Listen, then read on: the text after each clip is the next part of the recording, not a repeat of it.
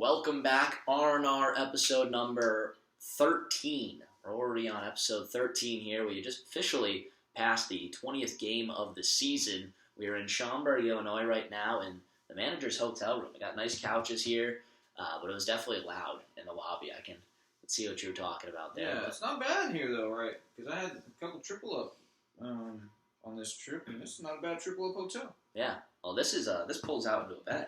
Oh, it does pull out? Yeah. Oh, bonus. Yeah, so I think I'm staying here tonight, right? I could have brought a couple extra guys. Absolutely. Well, we just had game one against Schaumburg. The Y'alls dropped that one, a very close game there. Y'alls dropped that. Final score 8-6, and it's also coming off of another game against Washington. Was it the same score?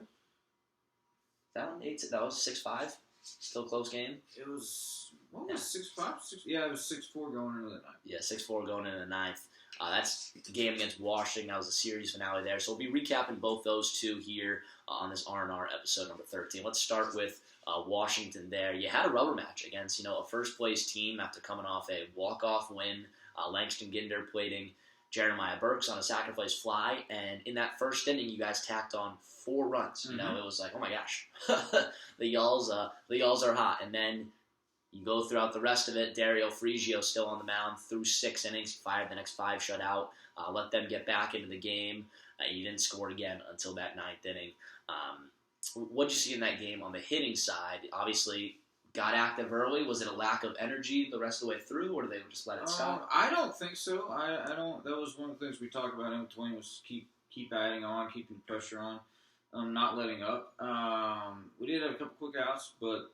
No, I thought we threatened. We had guys on base. I thought we threatened. I think we stranded. I thought we stranded. This is Schaumburg. I think we left 9 on in that game. But we had opportunities to score. But I thought those hits kept falling in the first. I thought we did a good job being aggressive on the bases. And but yeah, there was a couple moments in that game. You remember that game, Craig? That Washington won because we were talking in the dugout specifically about not letting up. The third one? Yeah. Yeah. We do have Craig Massey here as well. It wasn't because of that. No, because we had spots to threaten. A couple hard barrel outs. Yeah, that was Helton's game because then we That was Villalobos. Oh, it was Villalobos. It was the Villalobos. 4 no-hit, and then wheels came off in the 5th and 6th. You're right. We had that opportunity to turn that double play, and then the next inning, Latimer missed over the middle and hit that 2-run shot. That was the game with a wild 5th inning. You could literally send it to John Boy Media where the umpire leaves in the middle of the inning, craps his pants, and then moments later, the head coach, Vaith, for the Washington Wild Things gets thrown out for a second game in a 3-game series. And he was livid and started yelling at fans on his way out. Really, just a wild 5th inning there.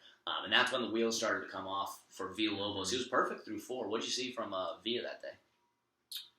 I thought he, like we talked about before that game, that he needs to be able to establish a tempo and a pace with his fastball, set that tone, and I thought we did that early on.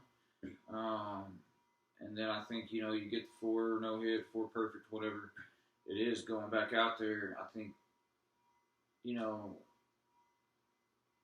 sticking with the plan versus trying to do something else might seep in a little bit. I thought the pitches got too fine. I thought we started trying to throw too many break balls. Got off the fastball approach a little bit. And then got pinned to some heaters. After probably we, dumped the tank a little bit, just to try and maintain, what was on the line, I guess. Mm-hmm. But, no, I thought he was good. He went deep for us. And, it's just eliminating 1 or 2 pitches. But I think he knows himself, too, that double play should be made. Yeah. So, if there's anything to take back from that, it's, self-inflicted damage. That walk and then that double play right after it could have vanished it and could have been a completely different complexion. And then he might have took a, no-hit opportunity into the 6th or 7th. Yep. So it's one of those things about taking care of the baseball. I think that was the 30. Yeah, so those ended up being 31 unearned runs will be good enough this year through those 19 games. Yeah. So take care of that baseball. That's just always goes back to that story. Is it never comes down to one call. There's a couple of bad calls behind the plate. Gutierrez got thrown out later in that game on a bad call. But I got the message yesterday it never comes down to one call by an umpire. There's always a situation that could have got executed by somebody. Mm-hmm. You tell me there was no strikeouts and then everybody did square a ball up and everybody made everything clean. Pitchers didn't miss over the middle and give up hits. That's baseball. It's part of it. So it never comes down to one mistake by an umpire that costs you the game. No, it's what else could have happened to not be in that situation in the first place? Mm-hmm. So I think it gets easy to kind of point out that little stuff, but no, it happens throughout the course of the game. Yeah, and one more thing I want to add on Villalobos. He did have a season-high strikeouts with 8, went 5.2 innings. In that 6th inning where he got pulled, he gave up the game-tying homer. I don't think his bullet count was high. Is there ever a time where you're looking at that, or are you strictly going off the bullet count there to actually throw him back out there, or is it more based off how he's performing against his team? Because I think that was the 3rd time they were coming around to the Washington lineup. Yeah, so it factors in, but you got to look at for that one Sunday. What happened to our bullpen? How many innings did our bullpen cover that week?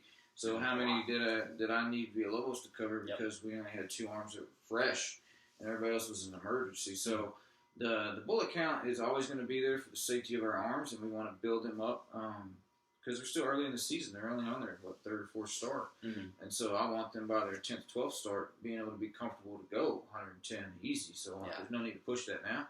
So I do have them on a bullet count, but I do factor into 3rd time coming up. But also that goes out the window if I'm short in the pen, and I'm going to have to stretch somebody in the bullpen more than necessary because I've already had to do that all week. So that was one of those things I didn't want to do. So we gave him a little bit of a leash to go out there and see if he could get through that clean.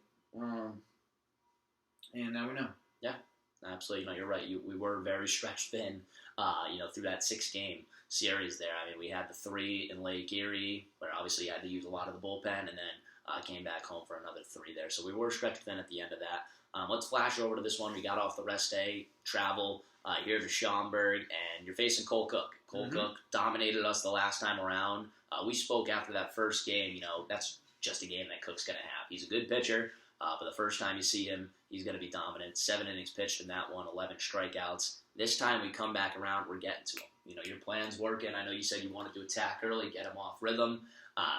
Tell me a little bit more about the plan going in and how shocking it is that we weren't able to win, even though Cole Cook, didn't even throw his best. Yeah, we did what we did. I don't want to say he didn't throw his best. I thought the plan worked, and I thought we got him. I thought we got him off his plan.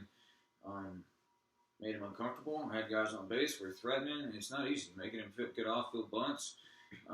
It's not a comfortable ride where he's pitching in the stretch, getting to dictate his own pace, and getting to massage the zone. It's hard to find the zone when everybody's up there hacking, putting really good swings on it, ready to hit balls you're throwing in that zone. It kind of forces him. He can't go outside the zone. You don't want to throw purpose balls just to try and get swings. So the plan worked beautifully. We did exactly what we wanted to do. We knocked him out in 4 innings. Gave up 4. Felt good about it. And then we knew the bullpen was going to have to cover 5, and we're in a good spot. Got the lead right there. Felt really good about it. I mean, that was exactly what we wanted to do. I thought the lineup worked beautifully. I thought guys moved guys over when they needed to. A couple base running hesitations, I think, cost us a couple runs. But overall, I mean, it was the story come down to the walks. We gave up 9 free passes to a team that can run and was going to move guys over. And it's hard to win any games when you give them spot them, 9 free base runners, especially at the bottom of the order. But I liked what we did. We did fought back to gain that lead. I mean, we had the lead in the last 4 games, so being able to now to take care of the baseball, make pitches when we need to, throw some shutdown innings, make some big plays behind the pitchers. That's what I'm looking to see. Yeah, absolutely. Well, you brought it up as well, the walks here. So Edgar Martinez was on the mound, 4 2/3 innings pitched, 8 walks. That's a season high for any pitcher we've had. In his 2nd non-quality start of the season, just through 3 starts. Is that just rough early going, or is there something going on? You think with Edgar, just mentally, physically? I think, it's all players are different. All players have their own things going on. To me, we knew Edgar didn't start the season. He started the season on the DL, so is that in the back of his mind maybe a little bit? Did he get the same build up, same opportunity as everybody else because of the camp and being having a structure? Didn't necessarily have that. So as far as being able to build up safely, confidently, being in game situations where he's already been in before he jumps into real games, that necessarily wasn't there. Yeah. So I knew that. I knew it was going to take some lumps as far as him getting back into game shape. Is he in shape? Can he pitch? Yes. Is he in midseason form? Is he sharp right now? No, he's not. And I think he needs to know that. He needs to understand that a little bit too, and just know when he can get in the zone. He's got too much experience. It was wet in that inning. I'm not going to give you any excuses, but, we walked the 7-8 hole 4 times. Guys that haven't proven that they, are deserved of trying to pick and nibble as far as on the edges. I think, he knows how to attack the zone. I think we need to attack some of those sticks a little bit better. Eliminate some of those walks and force the action. Put themselves in a situation to get quick outs, not, looking for the punch out on every single guy. But he's going to get there. I feel like he's going to get there, and hopefully he's taking these lumps right here now early as that down payment. Down payment to know that he's still stretching out, he's still growing, he's not sharp right now, but he's going to have the ability to prove it again here at the end of the week. Yeah, 2-start week for Edgar. You're right. It's just a tough go for him, I think. You flash back to that game where he only went 2/3 of an inning, but we were able to win. We were 2-0 in his starts, and even then we still he didn't get the loss here today, so he's still 1-0 on the season. Just not his best outing. Hopefully he can come back. Another thing we are watching is him chasing down 300 Ks. At least I'm watching it. Now at 293, and he's one away from being second all-time in Florence's history. So we will be watching that, throughout his next couple starts here, which will obviously be exciting. Let's talk about the lineup switch. You switched up the lineup, kind of in order there. First time. Tell me a little bit more going into that. What was the plan? And then, obviously, worked out pretty well. Yeah, you look at the type of guys on our team. I don't necessarily look at, guys' numbers. I couldn't rap off every guy's numbers. I can tell you the vicinity of where they're at, but I can tell you eye test and feel and understanding of where they're hitting in the lineup and what to do. That goes more into my thought process than necessarily OBP, OPS, where am I plugging them in. But Hank leads all hitting categories, period. I want him to get as many ABs as possible. So to me, putting him at the top is a beautiful thing because I get to get him the most ABs. He can run the bases well. He's a good baseball player. So having him on base, with the ability for Chavez to kind of move guys around behind him, and then pass the stick off to guys who are going to drive him in. And then when the lineup rolls over, he's a patient enough hitter to be able to take the pitches he needs to take, and from the left side to allow Creel, if he gets on base, to steal and then drive him in. So to me, it works twofold in that way. When him starting off with a quality AB, and when that lineup rolls over, him in a danger spot to be able to pick up RBIs for the guys that got on at the bottom. Yeah, and then the other change as well, Ed Johnson, you moved him up to the cleanup spot. I know you mentioned before you didn't want him to be, that power hitting cleanup. Obviously, he's got power and all that, but you wanted him to consistently do what he's doing. He's hitting over 300, driving in a lot of runs. He's great with runners in scoring position. Yesterday, he got 2 hits, a 2-run single, and a bunt single. Should have had, I think, 3 hits. What did you think about that bunt that they called an error? I think that's a hit. I think they so, did too. Call that one error? The first one. Slip? Yeah. You wouldn't even throw him out. You would. Picked it up barehanded. I wouldn't throw him out. No. I get that change. Yeah, I asked the guy right next to me. By the way, it was Terry from Windy City that was the scorer yesterday. He just came over just because they didn't have an official scorer. So it was actually the Windy City scorer was at Schaumburg. So I had seen him already before, but they switched it because they originally had it as a hit, and then they turned it to an error. I think they were trying to protect Cole Cook there, even though the next inning he gave up that hit. So, yeah, maybe. Yeah, no, but Ed in the 4-hole, that was more. He's a guy I can plug in when, say, Craig's not in the lineup. I can plug him in some different spots because he is. I had to talk with Ed too, about, why did I put you in 4-hole? And I was like, man, because yours is my second leadoff. I was like, yes, you have the ability to drive in runs, But I want you on base. I want you moving guys. I want you doing those things. I don't want you to change your approach at all in the 4-hole. This is not prototypical cleanup. I'm not putting you in there to clean up anything. If the opportunity's there and the situation's right, then do it. But other than that, man, I want you to stick with your approach.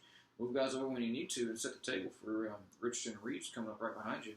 And I want you on base scoring. I want them driving you in. So it worked out really well yesterday. You know, we're probably going to have a different look here kind of moving forward. I mean, we're in that spot right now. We talk about it. Me and Craig were talking about it. We're what, 3-14 in our last 17. 7-13 overall. Oh, no, not 7-13, 3-14. not 3-14. Won the last 17. Well, it can't be 3-14. No, we're 7-13. So last 17 must be 3-13. Yeah, it's like 3-11. The last 14 at least. Is it? Yeah, because we start off. Whatever it is, start off good. 4-2. Oh yeah, you're right. So things are going to be shifting around a little bit. You know, we're trying to find ways to win. And that's what we're going to simplify it back down to is winning baseball games. What can you do for the team to help the team win the game?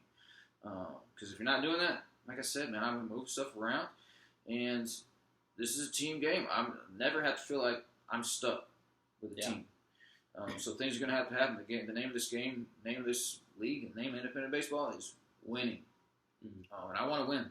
So I'm going to do some things to be able to help put these guys in maybe some better spots. It kind of eases some, I don't know. Use their minds, get the bats going. I like it.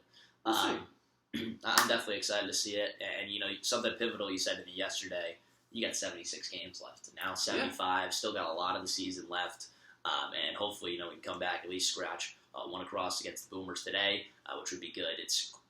It's Jackson Hickert taking on Joe Kemlich. So Joe Kemlich did very well against the Boomers last time around. Mm-hmm. Hopefully relieved of that neck pain that he was doing. I hope he can deliver a similar performance against them, especially with a lineup so heavily lefty. It'll be good throwing 2 lefties against them the next 2 times. So yes, I'm excited. Excited for that. That is coming up 6:30 Central, 7:30 Eastern. I know the problems with Flow Sports yesterday, not on our end, not on my end for sure, but that was once that rain came in, the Wi-Fi on the whole stadium went down. So Flow Sports went down for 30 minutes. Flow Sports pulled the plug. We'll be back on Flow Sports again. If not, you saw Meredith's yesterday. I carried the way there. I actually put up my hotspot so we could still have the broadcast. So you'll have that radio call regardless, whether you want to do that or Flow Sports. That's your choice. But both coming up 7:30 Eastern, 6:30 Central. Joe Kemlich taking on Jackson Hickert. Game 2 taking on the Schaumburg Boomers in Schaumburg. We're ready for it. Have a good one. Later.